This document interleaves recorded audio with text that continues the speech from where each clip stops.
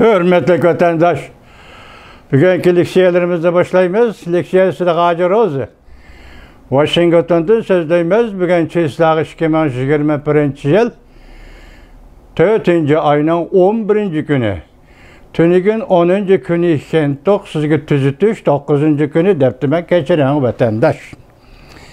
Vaziyetini gep kılsak aldığımızdaki 16. günü, 4. ayının 16. günü Japonya'nın veziri Guaibi Washington'da ziyaret kıldı ve Washington'da Amerika, Japonya iki devlet başlıklarından yukarı derecelik sohbetini ötküzdü vatandaşım. Bugün ben şunun alakadar aldık ya sözleyimiz vatandaşlar bilen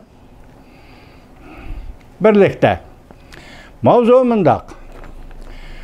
Çünkü Kom partiyası eğer Tayvan'a kurallı hücum kıladigan bolsa, Amerika, Japonya iki devlet birdek askar çıkardı. Mavzulu haber 4. ayının 8. günü Büyük İrat orbitida ilan kılındı haber. Mundaq başlandı. Japonya'nın veziri Guaibi 4. ayının 16. günü Amerika Kosmik Ştatlarının prezidenti Joe Biden bilen görüşüdü. Tayvan'ın bir xatarligi çünkü Kom partiyasının tahdidi qatarlıq mesele boyunca birleşme bayanat ilan kılgandan başka yana Amerika, Japonya endi Tinch Okyan bir yolu, bir belbağı siyasetini yol koydu.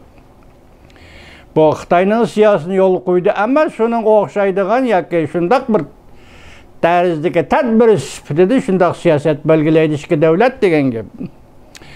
Mutaxassislar mundaq hisobladi. Bu qatimqi ko'rishishning muhim nuqtasi Tayvan bo'g'izi munosabatlariga markazlashidi.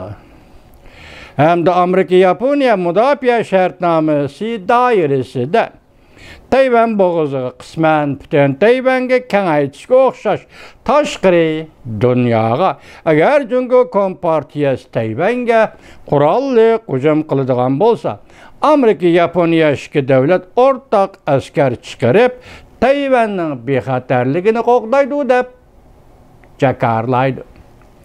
Amerika, Yaponiya o'tkazadigan demokratik yuqori darajaliklar yig'ini sohbeti 4. ayının 16. günü Washington'da o'tkazildi.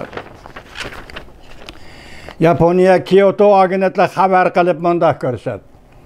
İki taraf klimat o'zgarishi, yoqimli virus strategiyasi, seyrek topa ve yerim o'tkazgich fan texnika ve ta'minlash liniyasi sohalari bo'yicha suhbat o'tkazildi. Ondan başqa yana Amerika, Yaponiya Jungo Kom partiyasining Tayvanga qurolli hujum qilish mumkinligi to'g'risida maslahatlashdi. Yaponiyaning veziri Guaibi navbatda mundaq tilga oldi. Amerika Jungo hamkorlashib ta'sir kuchini saqlab qolib, Tayvan bo'g'izida jiddiy vaziyatni pasaytirishni umid qilamiz. Dedi. Bu qatimqi ko'rishda Tayvan bo'g'izi bexatarligi nuqtali holda